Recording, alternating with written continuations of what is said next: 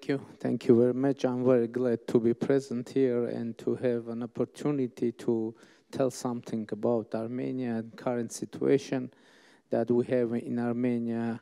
First of all, I would like to insist that we highly appreciate the cooperation with the UNDP, and we think that UNDP could play bigger role in the donors coordination field, and it is very important for Armenia. And I hope you've heard about the recent Armenian revolution that happened in our country, and it was non-violent revolution without any violence, and it was fully peaceful revolution. I want to inform you who was the decisive factor of this revolution, because within last 20 years there was many attempt to make real political changes in Armenia, but this attempts weren't successful. So what was different in this time? The difference was that in this time, in April May, we had and we have a huge participation of women in our political process. And it was decisive factor for making revolution. And second factor was the huge activity of the pupil of the school, and it was very interesting. Many even children were participating in our revolution, and of course students. So I think it's why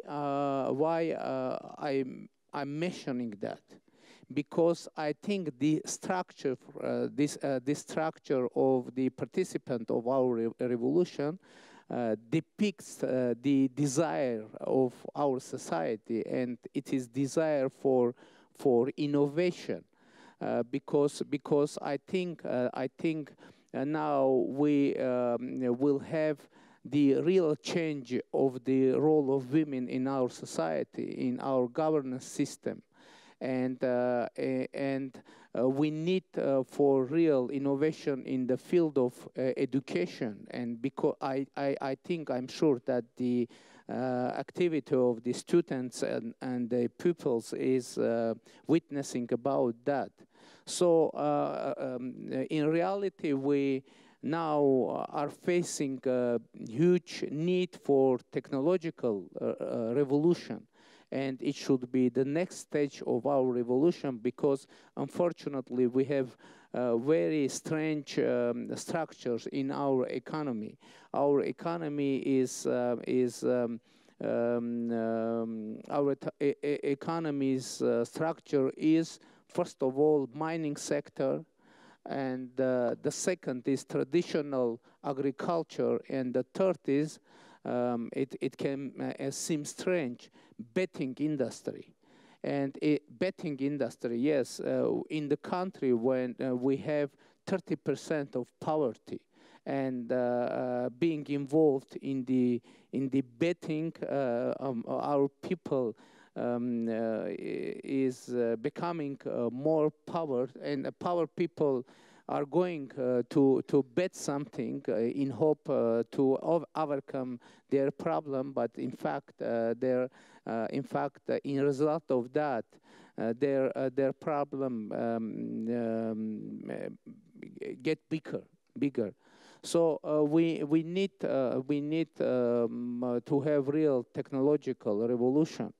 And because recently global innovation report was issued, and on that report the potential of Armenian people for innovation were evaluated very high, And we think that the structure of the participants of our revolution and the potential of our people will allow us to make real technological revolution. And we want to change the structure of our economy and to make a leader of our economy IT sector, and to make as leader of our economy technological industry. And we have a big problem in the governance system, because we have a very low level of digitalization of our governance system, and we need to make digitalization to increase the quality of our governance. So I think that in Armenia we have a big potential for technological revolution, because as you know, Armenia was part of the Soviet Union, and in fact Armenia was a technological leader of the Soviet Union, but in result of destruction of the Soviet Union, this technological potential were partly lost. But now we are regaining our technological potential, because now IT sector is growing very rapidly and sustainably, and we hope to make huge reforms in field of judiciary. We are now in the process of fighting corruption, and we have big success on that. In fact, I can say that within 4 months we were able to eradicate corruption from our country, and I can assure you that now there is no corruption, real corruption in our country, and we hope to make our country and our economy more attractive for investment, and to invite potential investors to participate in our technological revolution. And because I think it is most effective way to make a real breakthrough for our country, and there is another very important fact. Usually in the IT sector all around the world, the percentage of the involvement of women are approximately 15%. But in Armenia we have 37% of workers on our IT sector. And I think it is a very big advantage for that sector, and I think that all these facts are witnessing that our country and our society is ready for making technological revolution, and to make our economy, our even agriculture more efficient, and our government system also we are going to make more efficient through the digitalization. It's a terrible word. I struggle with it all the time. And is it digitization or digitalization? And I've been told it's actually something very different. So before we go on, Prime Minister, can I just ask you, I mean, you have come into government on the back of a political movement. 1,001 things you have to decide every day. What has been the most compelling advice or idea that your advisors or people from the digital entrepreneurial world have brought to you? Anything that in all the discussions you have had since then you have thought, this is something that makes sense, I have to invest here, because you are making decisions right now about Armenia's future role in that digitalized economy. Is there one thing that stands out so far? I mean, it could be the IT sector, bringing in, you know, startups, or is it investing in education or government policy? Just one example, because I think part of the interesting discussion here is, where do you start as a government to even begin to understand where your greatest influence is on this unfolding future? You know, I think that to make any reform more successful, one should create a chain of action, because it isn't possible to make a difference acting only in one field or acting only in one branch of the society life. So our approach to the reforms, to the priorities of reforms, are first of all to make our governance system more efficient. What's mean to make governance system more efficient? I think it should mean to make government more accessible for ordinary people, to be in effective touch, effective communication with them. Because now, if someone